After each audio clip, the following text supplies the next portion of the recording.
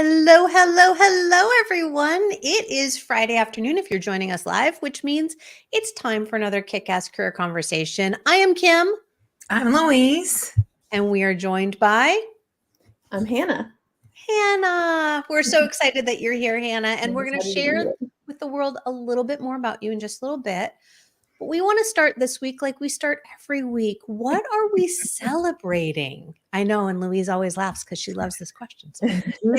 I am celebrating this thing that starts from here. I think people call it your voice and where we use it as opposed to staying silent and right. It's not even biting your tongue. I think oftentimes I get stuck in this place where I just clearly don't use my voice. I am using it more, and I'm celebrating my voice this week.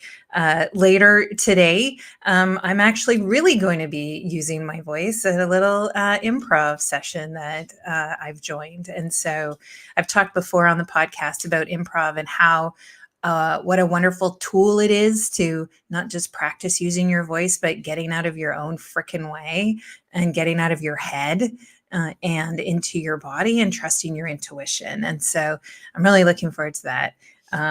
It's always been a blast. And I'm celebrating all of those folks this week that I've talked to that are finding their voice and figuring out how to use it for themselves and their causes as well. So that's me. How about you, Hannah? What are you celebrating? Well, I have had two of my very best friends in the world have babies in the last month. So I have been like inundated with baby snuggles for the last 30 days, and I'm celebrating that. So my sweet little goddaughter, Mary Alice, and Livy Rose. So I'm celebrating them today. I love that. Aww. Yes, they're so cute. Oh my goodness. Baby snuggles. I know, it's the very best. I have a 2-year-old, and so she's not into snuggling so much anymore. So, well, neither is my 18-year-old that backs away when I come with my arms open looking. Right. I'm blessed. My 14-year-old, she still loves her snuggles. So I pray that my daughter will find her way back. Yeah, I pray that too. Yeah. I am celebrating. Oh, there's so much to celebrate. There's just so much to celebrate right now. I think what I am celebrating most, though, is friendship. Friendship that comes when you least expect it and from almost like really surprising places. And the things that you share in friendship that you just don't always expect. So I guess I'm celebrating unexpected friendships. I've just had a few of those pop up in my life recently, and it's like, wow, people that that you kind of talk to every now and then all of a sudden you're just sharing the juiciest, deepest details of your lives or their lives, and you're able to be there. It's a form of support in a different way than you ever expected you would be. So I'm celebrating that because it's a really cool feeling. It is. Yeah. So, Hannah, let's let the world know a little bit about who you are. We're so glad that you're here in this conversation today. So Hannah is a chemical engineer by trade and worked her way up to management positions in the pulp and paper industry. Before she quit, she was leading a team of 120 employees and managing billions of dollars of equipment and raw materials. She quit her job when she had her daughter, which we learned was 2 years ago, and started pursuing a master's in industrial and organizational psychology. She started Climbing Trees Consulting, her business, in June of 2023 with the sole purpose of supporting and coaching female engineers navigating male-dominated industries. Hannah, like I said, we are just so excited that you are here to have this conversation. Ooh, there's going to be some juicy bits that come out of this conversation. I came from transportation and logistics, right? Also that male-dominated space where there's all kinds of things we're going to get into. I want to know, I'm going to change it up a little bit this week. I want to know, Hannah, what was your very first adult job? What would you consider your very first job? Well, when I was in high school, I worked at an ice cream shop, but past that, and I did work at a Mellow Mushroom for a while too, but my first like real adult job where I was like actually bringing home some money, I started co-oping at a paper company when I was in college. So I worked there for 3 semesters on and off for my junior and senior year. So that was my real first job. And I remember vividly showing up on the paper machine floor on my very first day, just being like, what have I gotten myself into? And then had no idea that I would end up being in that industry for the next 10 years, but it was overwhelming for sure. So Yeah. that wasn't something that you imagined you'd be in, like that wasn't an industry you ever dreamed of? No, not at all. I mean, I live in the South, so I mean, we would pass paper mills on the way to the beach every single summer, and really it was more just like, "Oh my God, what is that smell? Like, it's Mhm. terrible." No thoughts beyond that. And then I was about to enter my first semester of my junior year, and I was in summer school, and I was like, I have to get an internship or get a job, take a break off from college for a little bit. I was just feeling really like burned out by it all. And I, walked into the co-op office, asked them what they had. Somehow this company like had a changeover in HR personnel and hadn't hired any co-ops for the fall. So, I mean, I walked into the co-op office and I started at the paper mill about 2 weeks later, I think. So it was very just like by kind of on a whim decided to start working there. So yeah, I did not foresee that for myself at all. What would you have foreseen if you were back there? If there was a different job at the co-op office, what would you have hoped it would be? I kind of saw myself in like a research kind of role and even potentially like going into medical school after college. I was interested in kind of like biomedical engineering, but really, I think the 2 co-op positions that were open were like carpet manufacturing or pulp and paper. And I happened to have family in the pulp and paper town that I could live with. So it all kind of serendipitously worked out. But yeah, that was kind of what I was interested in was like medical research, biomedical engineering and stuff like that. That is quite a difference. Very much so. Yeah. Yes. I worked on the floor, actually in inventory control in a paper company where we made phone books. Like Okay. back in the Yeah. day where like everybody had a phone book, Yeah. and talk about being somewhere that you didn't expect to be, Yeah. right? Yeah, I was a Mhm. theater major. Really didn't Complete expect to be there. 180. Yeah. Yeah, Yeah. yeah. So, being there, being in this place where you didn't expect to be, you Mhm. had family, so that was good, Yeah. right? Yes. What helped you kind of transition yourself into this new role, into this new space? Yeah, I think this is where like being a young female in a space like this actually played to my advantage, which was a lot of the older managers and the guys who kind of come up through the ranks in the paper mills, like for some reason just took me under their wing and would show me everything that I wanted to know and would kind of like dragged me in and joked with me and like kind of infiltrated me into the mill culture and like taught me what was normal and stuff. And I think without them, I would have felt very, very lost. And I will say, like, I can remember the first month of being there, like, scared to leave my office, like steel toe boots, hard hats, safety glasses, earplugs, unsure of where I'm at in this enormous, 1,200 person facility. And I just remember one of them coming down to my office one day in the middle of an outage, like busiest day of the month, and he's just like, "You're coming with me today." And like from that moment on, I just remember him walking faster than any person had ever met and that I ever met had walked, and he would turn around and look at me and like just hurry up, like you better Mhm. keep up with me. And I was like, this is okay, I'm in, like I'll go wherever he goes, I'll learn whatever he has to show me. And then from there I started feeling more comfortable, like getting the insight from an operator or like hanging out in the control room for a little while, like meeting different people on the floor, like seeing how different supervisors manage their crews and stuff like that. And then over time I found myself like once that semester was over, like I did not want to leave at all. So yeah, but I felt very blessed that they would, take me under their wing like that when it was painfully obvious that I had no business being there. Really. Did you feel like you needed to change anything about who you were to kind of fit under their wing or to fit in? Yeah, I do. I mean, I think that it's a male culture. I think like in order to kind of find your way in that, I think you have to be willing to talk about football and fishing and like grilling out and stuff like that I would typically have no interest in ever talking about. So I think like in order to start the process of building relationships with people, you often kind of have to compromise as far as like what your interests in the conversation are. Because from my perspective, I'm there for 4 months.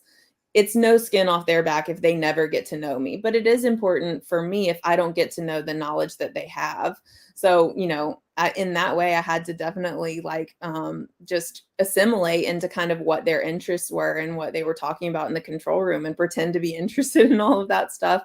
And I don't regret that at all because I built incredible relationships with them. And then when I went back to work there full time, and those guys actually, a lot of them were on my crew when I came back full time, and like I already had established relationships with some of them, and that set me just a few months ahead of everybody that was in my position because I'd already built the groundwork for those relationships. So that was really helpful. So I'm hearing relationships are key, right? So 100%. this topic that we're talking about, engineering resilience, I mean, yes, play on words engineering because of your background. And the Mhm. reality is the resilience, it sounds like, is coming from this place of being open. So Mhm. being allowing yourself to uh, just be open to what is Mhm. happening, who is bringing you in, who's having those conversations, what those conversations sound like, Mhm. all with the end result of, I want to be here to learn. Yeah, totally. Yeah. Yeah, Yeah. and I think just like being willing to sit in like the awkwardness of like, yeah, I get that I'm the odd one out in this room. No one on this paper machine looks like me, and that feels uncomfortable. And I think I shied away from that discomfort for a long time, but ultimately to be successful in my career, I had to be okay being the only one that looked like me. That was really the only path. So the faster that I figured out that like, okay, awkwardness is fine, discomfort is something that I can live with, the easier I was able to build those relationships for sure. Mhm. Louise, did you Yeah. experience that? Well, yes. And I came into a male dominated industry much later in my career journey as well. Mhm. And so there was this space where it was like, you know, I did feel this proving energy, but also a very like it got very crunchy because it's like I don't feel like I should have to prove myself. I Yeah. feel like I've already done that. Mhm. I was 25 years into my career when I Wow. pivoted into a male dominated industry and then very much felt like I needed to prove myself in a much different way than I had been Mhm. used to. I already did all of that stuff, right? How come I have to be doing it again? But it's that energy, I think, right? Like, Yeah. Hannah, when you're talking about it, it's like, well, what can I learn? How can I put this into my toolbox? What are Mhm. those things that I need to be a great leader? And it Mhm. sounds like you were able to do that because you did elevate yourself in that industry quite successfully. Yeah, and I also definitely relate to what you're saying though, of like, why am I having to prove myself from when I was the assistant department manager, and then, after being in that role for 3 years, this was later in my career, getting the department manager position, and but still people who loved working with me and had worked with me for a long time were like, why is she getting this job? And I'm like, I've Yeah. done the work to prove myself. Why am I having to do this all over again to you? But here we go. I'll show you, kind of like challenge accepted. Definitely relate to that. This idea of proving energy is always this is a big topic for my clients, for myself, right? I mean, I came Mhm. up through law and nonprofit, the entertainment industry, three very different industries, Mhm. and very much the same. Definitely felt the push to prove, and yet for me, I showed up in this space of saying, I don't need to prove anything. Mhm. I refuse to prove anything. I've spent my life overcompensating, over preparing, overing. Yeah. So why do I need to continue doing that? And getting to a place where I just refuse to do it. And trusting that they would see what they need to see over time, but that I wasn't going to go out of my way to say that I deserve to be somewhere, because I got really tired of that really, really quickly. Yeah. Yeah. And there's a lot of power in that. And just being like, you've got what you've got. Like, I'm going to show up every single day and like watch, Hmm. Hmm. Yeah. Yeah, well, and that's like I think that's what you're talking about, Kim, is resilience. Is like Hmm. when you're empowered and you own like what you know and where you came from and all the things in your toolbox, and you are like you're in it. That really is resilience, because it's a different energy. For me, I did not have that. I had all the tools in my toolbox. I didn't use any single one of them, right? And I got I I'm stuttering because it's like, I don't know if I want to say like I got beaten down, but I definitely felt beat up Mhm. every single day, because I didn't have, or I didn't know how to use those things in my toolbox so that I could step into my power and own what I did. I let that organization and those people there tell me who I was instead of me saying who I was. Yeah. Yeah. I mean, for me, coming out of the practice of law, I was done with it. I was done having people tell me who I was. And that's not to say that I didn't overcompensate and overperform still. There were absolutely those times. But like you said, it's understanding that we have the toolboxes. And I think this is what we all do in our businesses with our clients now, Mhm. is that we help them understand that they do actively have a toolbox that can be used. They don't Yeah. have to wait to use it. Mhm. Yeah. A lot Yeah. of it's like building the skills in that toolbox, at least for my clients. It's like, yeah, they are living in this spiral of having to prove themselves constantly and not having the words to do it, not really knowing what their value is to a company. So a lot of it's like, okay, how do we get into a one-to-one or a meeting and like set you up so that you don't leave feeling disappointed every single time in yourself for not saying what you wanted to say and not standing up for yourself the way you deserve to be stood up for. So yeah, definitely. Oh, going back to that voice, right? That throat Yes. chakra that Louise was talking about. Oh, 100%. Yeah. So, what are some of our favorite, and I'd love to hear from both of you, what are some of our favorite like tips and techniques that maybe exist in these toolboxes that we're working with our clients that we want to share with our listeners? Some of the ones that I work with my clients is number one, kind of challenging this idea that you have to be like at a certain levels of success or at a certain age to find your voice and find confidence, and portraying confidence as more of a skill, like just like learning math or just like Hmm. learning reading and writing. Like it's a skill that you can build and that you can practice.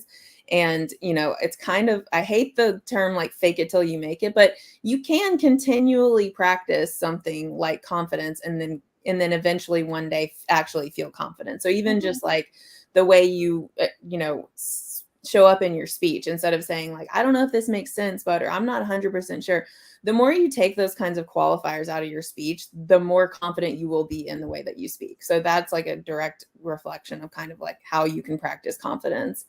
And then I think like for me, a big one will always be number one on my list is like salary negotiations. Like, how do you get paid equally or above market value for the job that you're doing? So I'm huge on that one. I even if it's not on the radar of the clients that I work with, I will spend half of our time together in one session at least, just giving them the basics of a salary negotiation.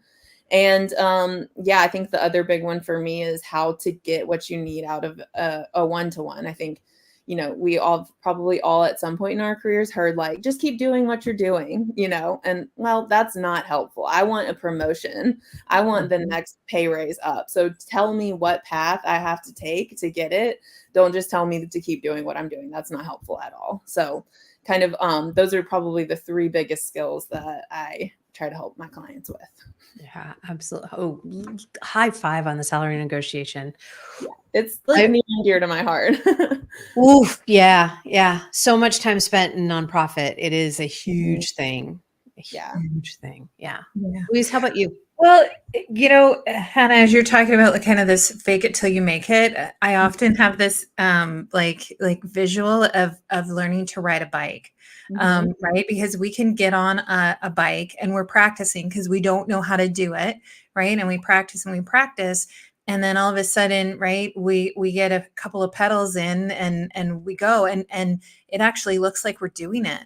We know we're practicing, but somebody walking down the street will go, oh, look, right? Louise knows how to ride a bike. That's I a don't great point. because I'm practicing, but Yeah. it doesn't matter, right? This idea of like, where can we practice? How can we be putting ourselves out there in a way, like in a very practiced way? What am I learning about myself? What am I learning about the people around me when I'm practicing confidence, right? And then we get that data, right? We get that information. We can lean into that feeling of like, oh yeah, like I actually do know how to ride a bike after practicing and practicing and practicing. So I love that. So that's kind of that's the analogy I often see around Yeah, I like that confidence. one. Yeah.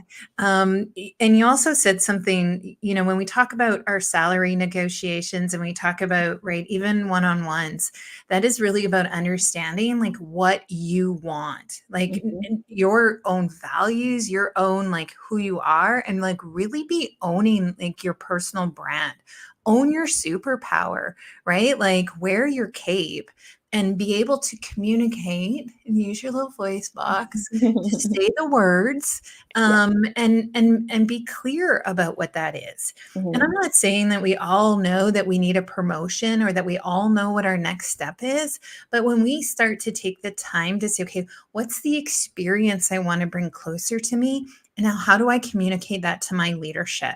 Right? That becomes that key piece so that my leader now actually knows what I want. My leader is witness to my accomplishments because I'm having those one-on-one conversations where I'm actually saying, right, what I've done and what I want. And then those conversations become so much easier because everyone is on the same page. So those are kind of the two nuggets I have, but they really piggyback off of what you've said, Hannah. Yeah, I can't tell you how many times I've worked with clients or even like just friends of mine who always say, well, yeah, they know I want the next promotion. I'm like, did you say it? Did they tell you that? Did you say it to them ever in those words? Yeah. Well, no, but that's the next obvious step for No, go have it's a not. conversation. I promise you, they're not thinking about it. They are not No. thinking about it unless you say the words out loud. No, because in fact, they're probably not even thinking about you. Like they 100%. I was gonna say that. like we wish they were, but they're No, not. they're They're not. themselves.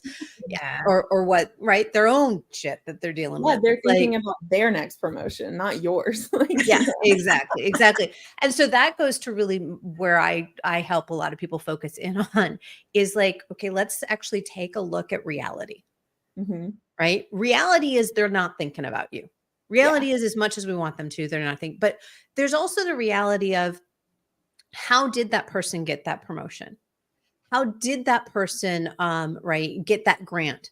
Did that organization get that grant? How did that individual hit $1 million? Well, let's actually look at the facts of what got that person there.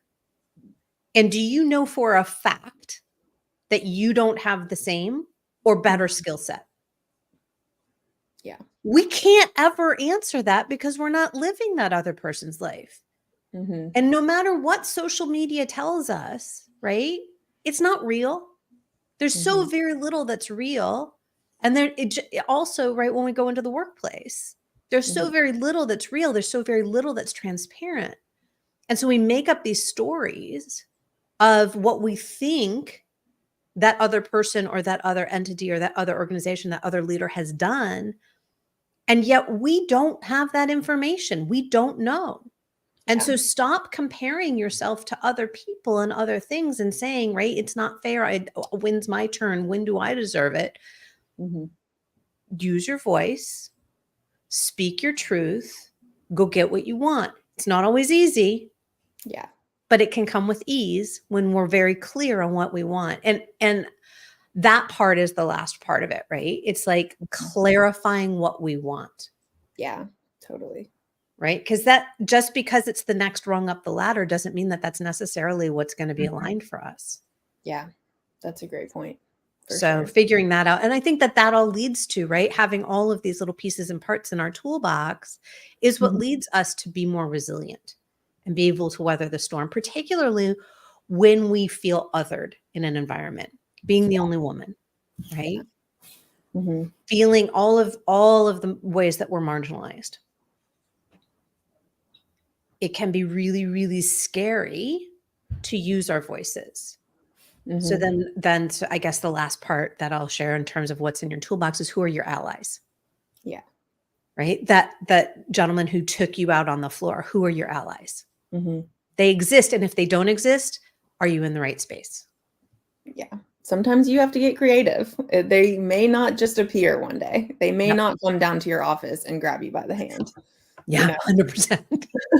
Yeah, because they may be introverted. They may be trying to figure out their own world. They may be doing their own thing. But imagine when you create that connection with them, what can happen? Yeah. So, yeah. Well, and we're all talking about taking control of your own career, right? Yeah. Like I say this all of the time. This is like one of the foundations of my business is like we give our power away to the places where we work, to these machines that are organizations all the time. Because we say, oh, well, that's the next ladder. That's the next rung. That's the next thing. It's like, because it suits the organization. It's like, whoa, but what if it doesn't suit you? Right? It might, absolutely 100%, but it might not. And so like, let's be in control of our own careers. Let's stop giving our power away to organizations or to these machines that just like, of course they're going to put the best people in the roles that make sense to that organization. Or That not. might be you. That might be you, or maybe it's not. Right. So yeah. So, I mean, that's what we're all talking about is, right. Is being in control. But I want to know, Hannah, I'm really, really curious. So what's with the pivot? Like, so you are still not at the paper mill leading a big group of people. What's going on there? Yeah, so I get asked this question all the time, but yeah, for a while I'd kind of been trying to figure out what it was that I wanted to do. I didn't foresee myself trying to have a family while also in the pulp and paper industry, mainly because my husband was in it as well, and we were both working insane hours and always on call, everything like that. So, and then you know how life happens to you. It's kind of like the day I got my promotion into that role, like 2 weeks later, I found out I was pregnant, when we had said, like, we're going to wait for a few years to have kids so I can get into this job, and really do it. 2 weeks later, I was pregnant. So, like the universe just kind of throws those funny things at you sometimes, and you have to roll with it. So I quit after my maternity leave, and I honestly wanted to take some time to just figure out what I wanted to do next, whether that was, maybe try to go pivot into like the kind of biomedical engineering field. I wasn't really sure what that was going to look like. I am big on mental health and psychology and just love learning about that. So I enrolled in the industrial and organizational psychology program through Auburn to get my master's, and was just kind of like, maybe I could go back and work with a consulting agency and go into these mill environments and kind of help them, with their organizational development. And there was no one really doing what I wanted to do, which was specifically work with their females. And that was always kind of like a passion of mine because of my experience in those male dominated industries. I very much felt like everyone was always saying, you need to find coaches, you need to find mentors. But at 28, I was the highest ranking female at the place. So where's the mentor for me? Like, I don't know. I don't see them. They're not just like magically appearing like in my circle. So who is supposed to support me through this? And so, I started developing this business idea of going and working with these companies and trying to help them put plans in place to support and retain their female engineers. And then kind of the other piece of that was one-on-one coaching with the engineers, with the females, to kind of like boost their confidence. All these tools that we've been talking about, kind of teach them those things. Yeah, me leaving the industry and then just showing up back up one day and asking them to hire me to do this did not work. Like full stop, did not get any clients that way. So I thought, well, I'll just like pivot and do individual coaching. I'll grow that business, get a lot of experience under my belt of doing individual coaching. You know, I mean, the delusion with which I started this business is like hilarious in hindsight. Like, of course they wouldn't have hired me. I had no experience, but I thought that they would. So anyways, I started doing that back in September. So really that's been the last, 5 or 6 months of my life so far, building that client base and building out like my coaching program itself. And then, you know, for my 2 to 5 year plan, I'd love to go back into those businesses and kind of take what I've learned now and help them implement those plans from a more educated place, I think. Yeah. I did the same thing when I started my business, right? Because I was burnt out and I needed to leave that environment. So I was like, I'll just take some time and I'll just write, like, I don't know, I'll figure it out. And then I figured it out. I found my way to coaching. I'm like, oh, I'm a coach. Where are my clients? Where's my clients then? I just said I was a coach. Yeah. So I relate deeply onto that. That whole like entrepreneurial journey, I think, is so very interesting. And I talk to folks about that, right? Like what's the plan? What's your pivot? Doesn't have to be like it's a dead stop and then we take a hard right. It's like sometimes it's like, where's the on ramp? Where's the off ramp? Right? We get into a clover leaf and then you're on the freeway a lot smoother than braking and taking a hard turn. So I just jumped off a cliff. So you kind of redefine what your business is a million times. Like I've pivoted like my ideal client, like my niche, what I want. I mean, and that's fine. Like that's fine. I'm happy that I've done that and been on this crazy ride of entrepreneurship. Well, and it will change a million times more. I mean, that's the reality. When we look at any organization or corporation that's been around for some time, it's constantly changing, adapting, engineering itself, right? Refining itself. And that's part of resilience too. It's saying this either doesn't serve me, or this isn't serving the market, or this isn't serving my clients in the best way, you know, whatever it is. We're in that constant state of reimagining ourselves. And you know, going back to this idea, I'm going to go a little woo just for a second. Going back to this place of showing up to these machines, these corporations, for the last 300 years, we've been in an era that has been focused on building and supporting these systems and these corporations and these places for quote unquote communal good. Now we know that it hasn't been created for communal good. And some of it has, but most of it has not. But we've done that, right? That's what we've been focused on. We're actually at the beginning of this next 300-year cycle, which is focused on the individual.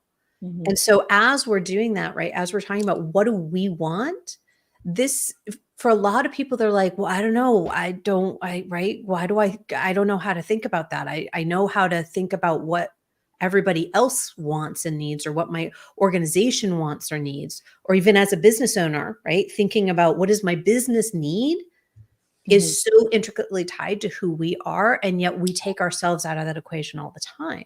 And it's because this is all in our entire lifetimes. This is all we've known. We've known that collectively we've been focused on the corporation. That's what we've been focused on for 300 years. And so this shift to, but what do I want as an individual is new. And what an exciting time to be an entrepreneur, to be thinking about not only helping ourselves through that, but helping our clients, whether they're individuals or corporations. Yeah. Like, what does that person want? So I just thought it was relevant to what we were sharing. Yeah. And in IO psychology, it's person, environment, fit. Like you're kind of, one of your things as a psychologist in this field is to be analyzing, like, how do we change the environment to fit the person? But you also have to look at how are we, does the person fit the environment as well? Mm-hmm. And the answer is not always yes, just because you have a degree in that field, and I think that that's sometimes a misconception. It's like, just because I'm a chemical engineer doesn't mean maybe I was designed to do biomedical research, and so finding that person environment fit is really important as far as the organizations getting the results that they need out of the people, but also the people feeling, satisfaction with their jobs as well. Oh yeah. Yeah, absolutely. And then like where do we fit, right? Yeah. In that and taking that control, saying like, what do I really want? Because a lot of times our education is also, right? Like we know what we see, right? Mhm. Like Hannah, you talked about, right? Like, well, I saw the paper mills going to the beach every day, right? Like, so we do know what we see and we don't know what we don't know. And Mhm. education is that way a lot too, is that it's like, oh, this is the education path that just seems to make the most sense because it's one of 7 that I actually know exist. Right. And it's like, oh, but there's like all kinds of ways and things to do. And you get to pull in all kinds of things and create your own educational experience, right? So that you can be stepping into those spaces that you truly own. But we do follow a lot of these ladders and paths and career paths. It's, I think, a flaw of high school and colleges and universities where you say, okay, well, this is the career path that you take when you have this degree. And it's like, I call bullshit. Like you can 100%. still do whatever it is you want to do. Like follow your heart, follow that instinct, feed yourself and see where that goes, see what doors open up. But that's not going to happen if you're in your office, right? Right. Afraid to step out on the floor. Right. It's all part of that too. Yeah. Yeah. And also just this idea that what you're choosing for yourself right now doesn't mean that you're choosing that for the rest of your life. I think that nobody taught me that when I was 18 and I chose my college major. I thought, if I choose chemical engineering, I will be a chemical engineer the rest of my life. Mm-hmm. And just because I'm a coach today supporting female engineers doesn't mean that I won't be a Food Network chef in 10 years from now. Like, who knows? I'm just like I'm not willing to put myself in a box as far as like who I'm going to be in 5 minutes or 5 years from now. And like, I think that's a beautiful place to live, is just like the world is my oyster, kind of open to all the possibilities there are. Yeah. Well, it keeps us alive, right? When we think about, when I look at generations that came before us, and even many people within my generation, it's like, I don't see that as living. I want to be alive. I want to experience what life has to offer. And so I'm crafting and creating and engineering my life in the way that I get to actually experience life. Totally. I'm with you. Right?